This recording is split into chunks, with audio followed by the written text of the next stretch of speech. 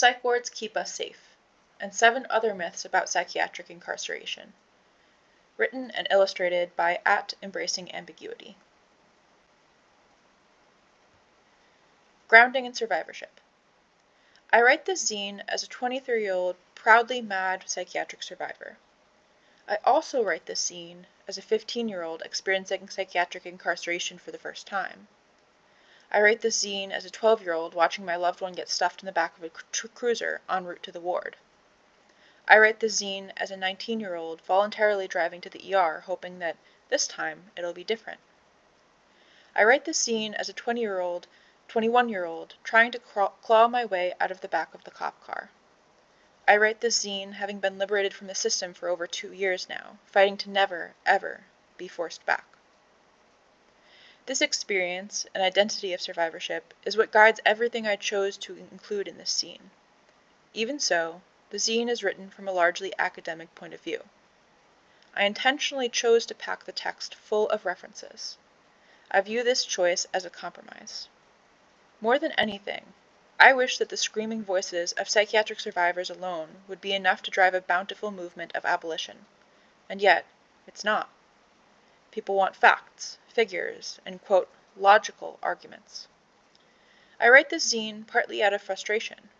Why is my story, and the stories of so many others, not enough? And it is this frustration that has driven me to compile everything included in here, even if it meant reading books and articles that told me nothing that my lived experience hadn't already given me, just so I could provide a, quote, valid enough citation. So, and ask for you, reader. If you are using this text to engage with the concepts of psychiatric incarceration for the first time, don't let this text be your last engagement. Take time to appreciate the facts and figures, sure, but take more time to seek out the testimony of survivors. We need to be heard. In solidarity, S. Table of Contents. Myth number 1. Psychiatric hospitals are places to get better. Myth 2. Forced treatment is effective. Myth 3. Voluntary, quote, psychiatric incarceration is voluntary. Myth 4. Psych wards keep mentally ill folks safe. Myth 5. Psych wards are needed to protect society from dangerous mentally ill folks. Myth 6. If you don't belong in the psych ward, you'll be released. Myth 7. Sometimes there is no choice but to send someone to a psych ward.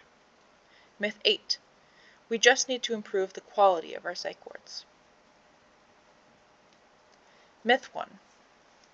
Psychiatric hospitals are places to, quote, get better. Reality. People discharged after inpatient psychiatry experience a suicide rate estimated to be 200 to 300 times the general suicide rate. Psychiatric hospitals are viewed as places to, quote, get better. We romanticize the concept of the ward, assuming they offer therapy, access to doctors, someone to talk to at all hours, a place to rest your head, and a reprieve from outside stressors. Unfortunately, this pretty picture of relief that we paint in our heads is just that, a pretty picture with little relationship to the reality of psych wards. The truth of psychiatric wards, acknowledged not just by patients but also by staff and doctors, is that they function more or less as sterile locked boxes. More often than not, there is no individual therapy. A brief, 15-minute intake questionnaire with an overworked and underpaid social worker is the closest you might get to therapy. Instead of, quote, someone to talk to at all hours, you might encounter an understaffed team of behavioral health technicians focused more on making it to the end of their 12-hour shift than holding space for you to chat. In some wards, you may not have a bed to rest your head, but instead spend your 72-hour hold in a plastic chair due to overcrowding. Proponents of psychiatric wards do not argue against this reality. They willingly acknowledge that wards don't offer therapy or therapeutic resources. They emphasize that the purpose of the psychiatric ward is largely not therapeutic. Instead, the purpose of the psychiatric ward is often cited as twofold. 1. To provide a short-term, quote, safe environment for containment. The concept of a safe environment will further be explored in myth number 3. And 2. serve as a short-term bridge to community-based support.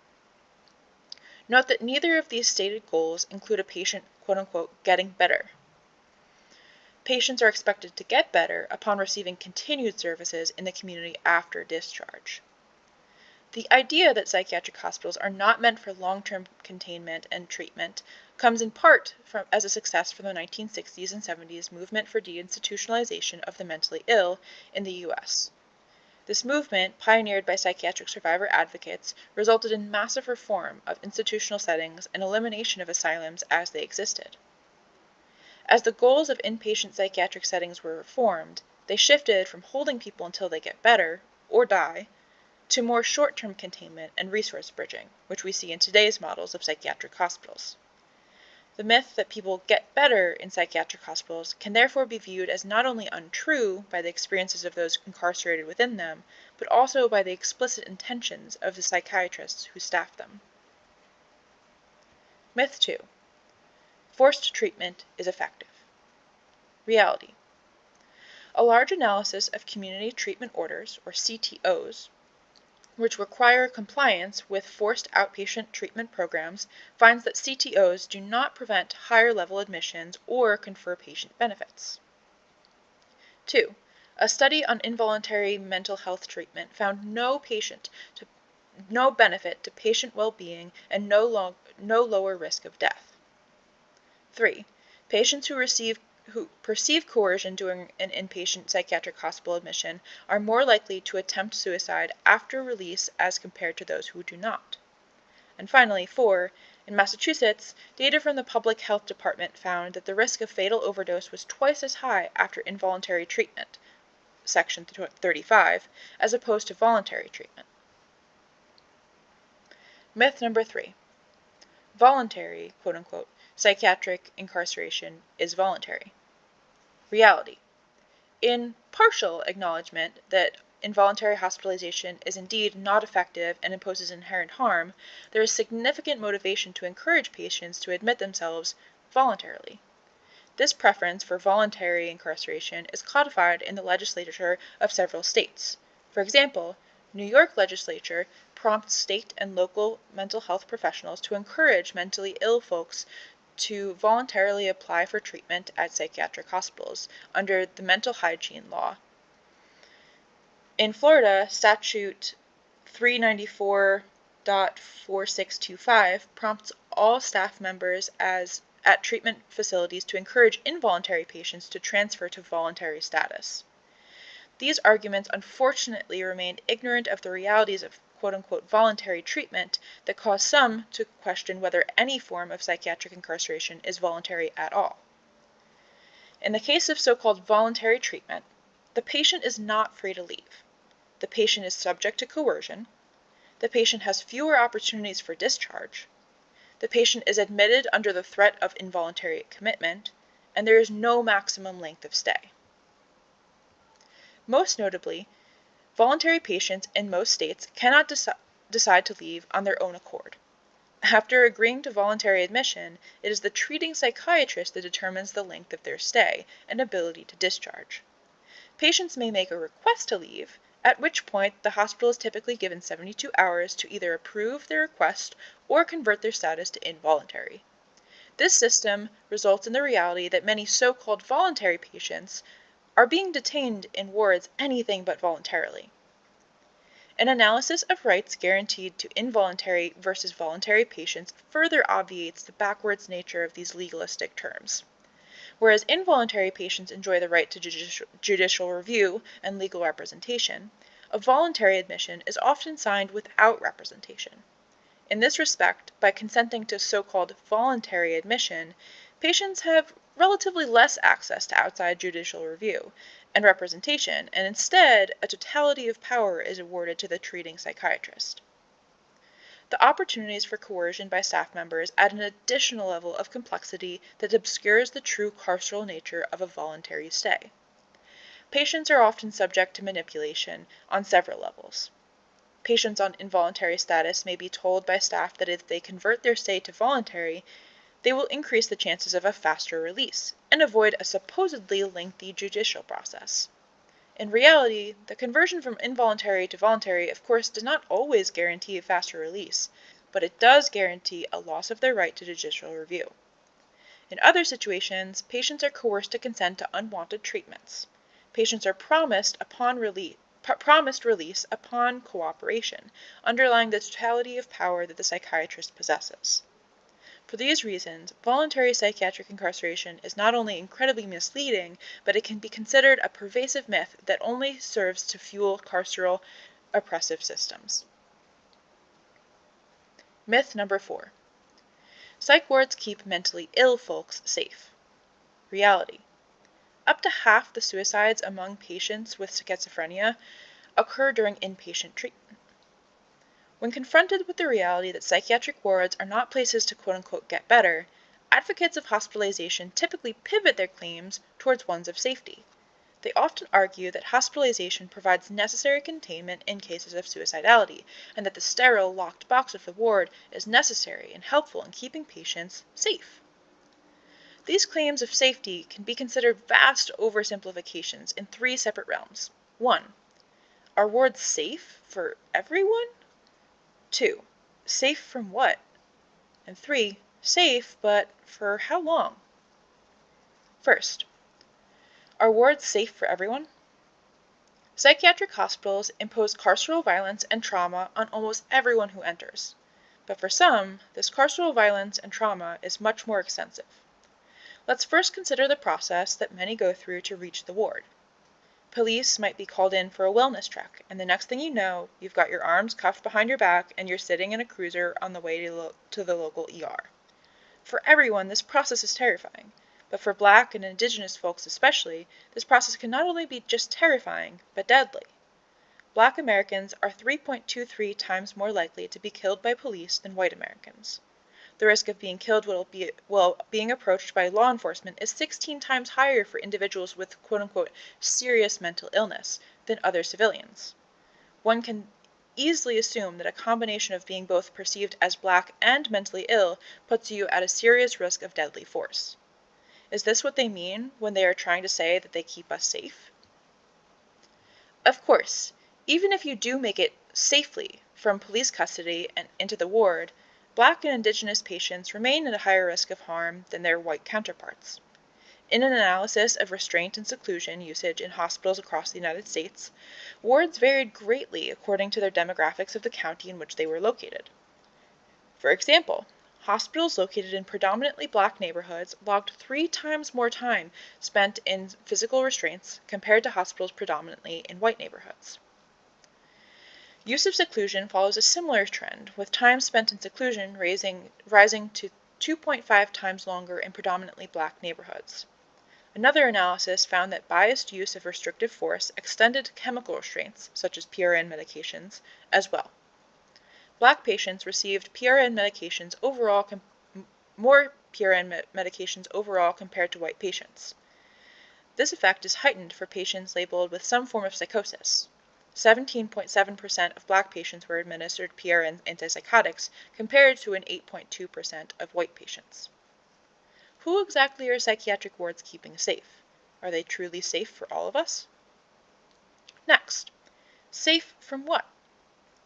Even if you were to assume that psychiatric wards are 100% successful in removing the means to harm oneself or others, does this mean that you've kept patients safe?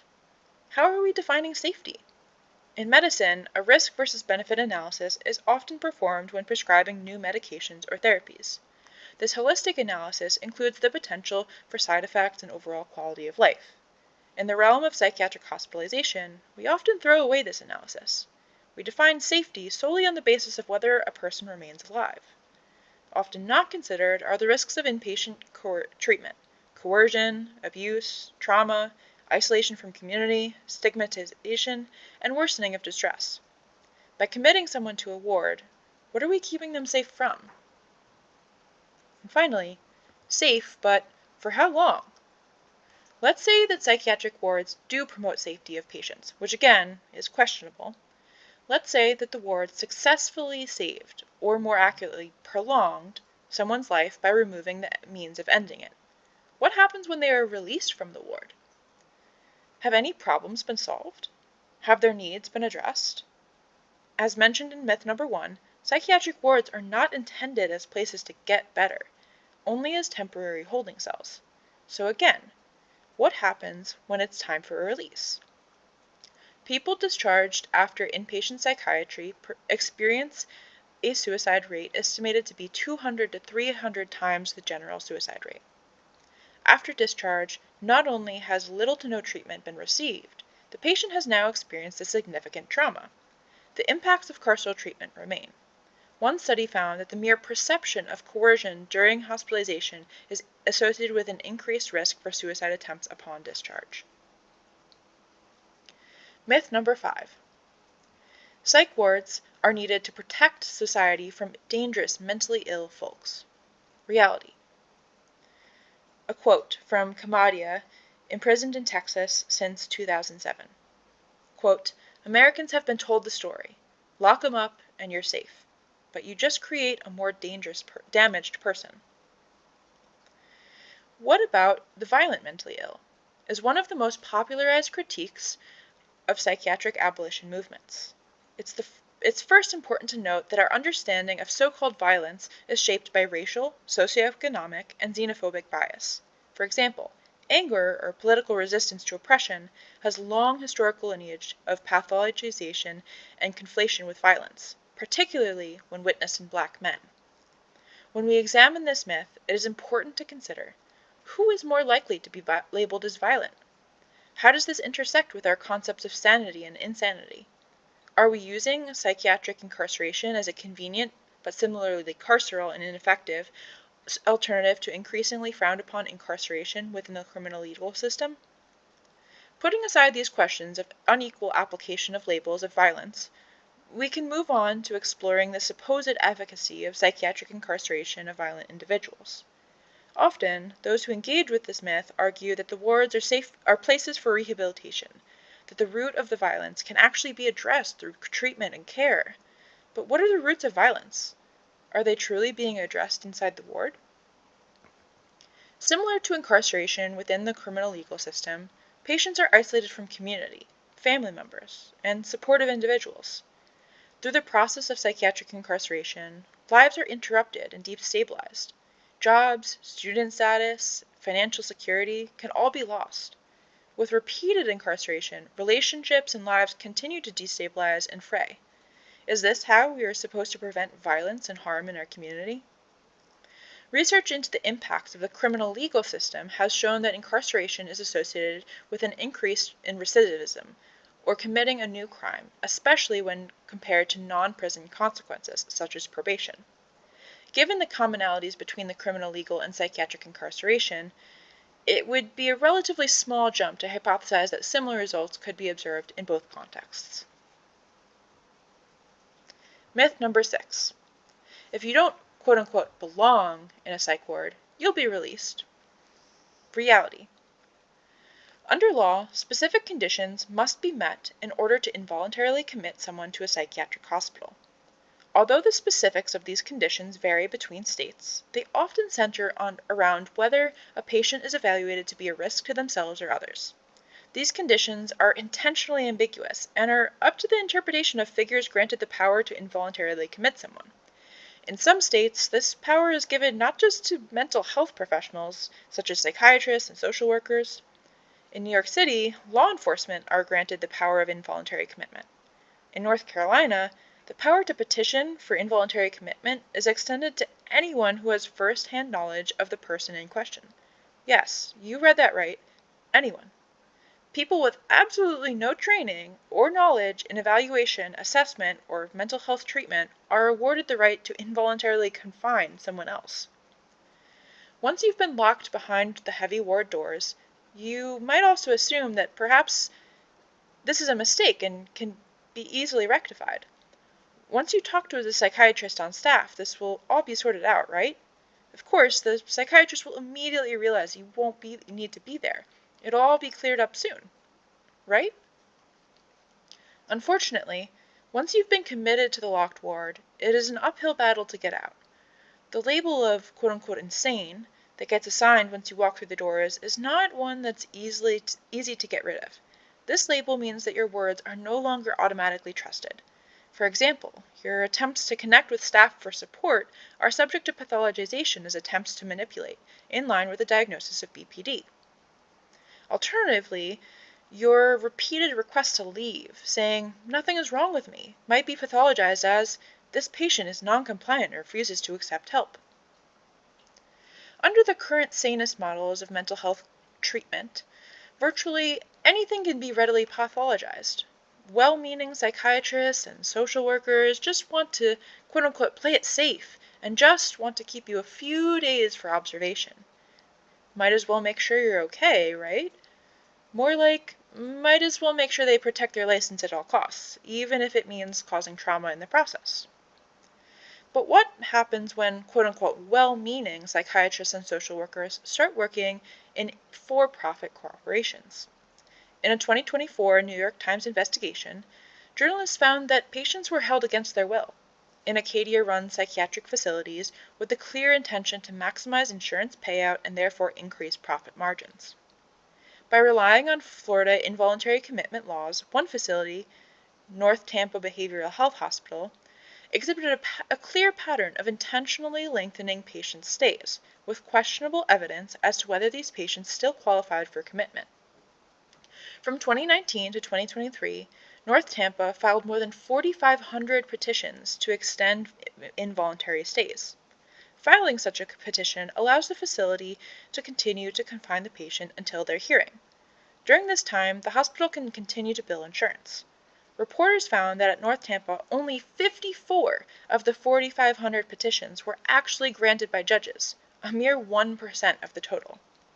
This investigative reporting exposed and emphasizes something that survivors of psychiatric incarceration have long been saying. Psychiatric hospitals do not have patients' best interest in mind. Whether you find yourself in a money-hungry corporation-run hospital or even at the hands of a quote-unquote well-meaning psychiatrist, one thing is certain. You are unlikely to be able to leave when you please, even if you're not a danger to yourself or others. Myth number 7. Sometimes there is no choice but to send someone to a psych ward. Reality. Many of us have been there. We have a friend who reaches out. They say, "Help! I'm suicidal. I don't know what to do." And our first reaction as their friend is one of fear. We can't bear to lose them, and we think that there's no other option but to take them to the local ward, or even call 911. But the reality is, there's so much more that we can do instead of resorting to confining our friend to the ward out of our own fear. In fact, there's so many options out there that it would be impossible to put them all in this one zine. A few examples are listed below. Peer-run respites. Respites are often home-like environments that are staffed 24/7 by a team of peer support specialists. They are typically small, might offer light programming, and someone to talk to at all hours. Stays are often limited to a few days and are completely voluntary at all times. There's a directory on powertoyou.org. Make your own respite. Even if there isn't an existing respite in your area, or it is inaccessible to your comrade for any reason, you can try to organize your own. Start by asking the friend you are supporting where they would feel most safe. Do they need to stay in their own place, or would a change of environment feel helpful? Next, show up. Make space for your friend to stay on your couch. Gather a team of comrades that can work together to provide peer support when needed. Wrap your friend in a tight blanket, run the bath water, prepare nourishing food, and hold space when needed. Throughout this process, tend to yourself as well. Call in your own care team to lighten the load. Step up, step back. So much of care work is not just stepping up, but also stepping back. Care work can look like saying, "You deserve autonomy, and I'm going to respect your wishes even if I want something different for you." When we stop clinging on to guilt and liability, we can move from a place of love. And sometimes that looks like desperately wanting one form of safety, such as the safety we imagine to exist in the psych ward, but trusting that our comrade may be searching for a different type of safety, a type of safety that our own mind cannot comprehend, a type of safety that might not be found in the world that we currently occupy. Seeking safety outside the ward. If you're seeking safety for yourself or a comrade, Here are some places, spaces, items, and activities that might invite safety. Food that brings back an embodied sense of safety. Scents or aromas. Temperature shifts. Hot bath, cold water, ice. Closed space, such as a closet. Open space, such as the top of a mountain. Pressure. Blanket burrito, a tight hug. Substances, edibles, plants, and much, much more. Co-regulation. Sometimes even just a voice on the phone. Silence. Music, listening, or creating. Rest. Movement. Routine, planning, brainstorming. Repetition, like repetitive movements like rocking or sounds. Time with animals, plants, or non-human spirits. Touch or intentional lack of touch. White noise. And finally, connection to Earth. Myth number 8. We just need to improve the quality of our psych wards. Reality. Psychiatric hospitalization is inherently carceral. It does not matter if we add windows, get folks out of paper gowns, and stop the strip searches. We could turn the wards into 5-star resorts for all that matters. If there is a lock on the door, an inability to leave, or coercion to stay, it has no place in a truly liberated future. Your ideas of fancy food or comfy clothes cannot remove the harms of incarceration. Changing the name and disguising the bars of the cages that surround us doesn't mean you've created something new. We must continue to push for absolute and total abolition. We cannot settle for reform. Burn it down. Lineage statement. A lineage statement is a recognition that all ideas are inspired, influenced, and co-created in community, no matter how unique or novel they may seem. Often, those with privilege take and commodify ideas from marginalized populations. In recognition of this, I choose to include some wise figures, ancestors, organizations, and pieces of literature and teachings that have shaped the way that I think about this topic. Project Let's, plus Stephanie Lynn Kaufman Timkulu, Tabiso Timkulu, Dr. Samah Jabir, Leah Lakshmi Pipsna Samarasinha, Umu Silla, Kira Lyons, Liat Ben Moshe, my forever friend and dear wise teacher, Dooley, my grandmother, Helen, who I've never met but I am often guided by, Mia, Queen Bulimia, at Death Song Doula, and Isabel Garcia, Estoy Aquí. Dreaming of worlds without psychiatric incarceration.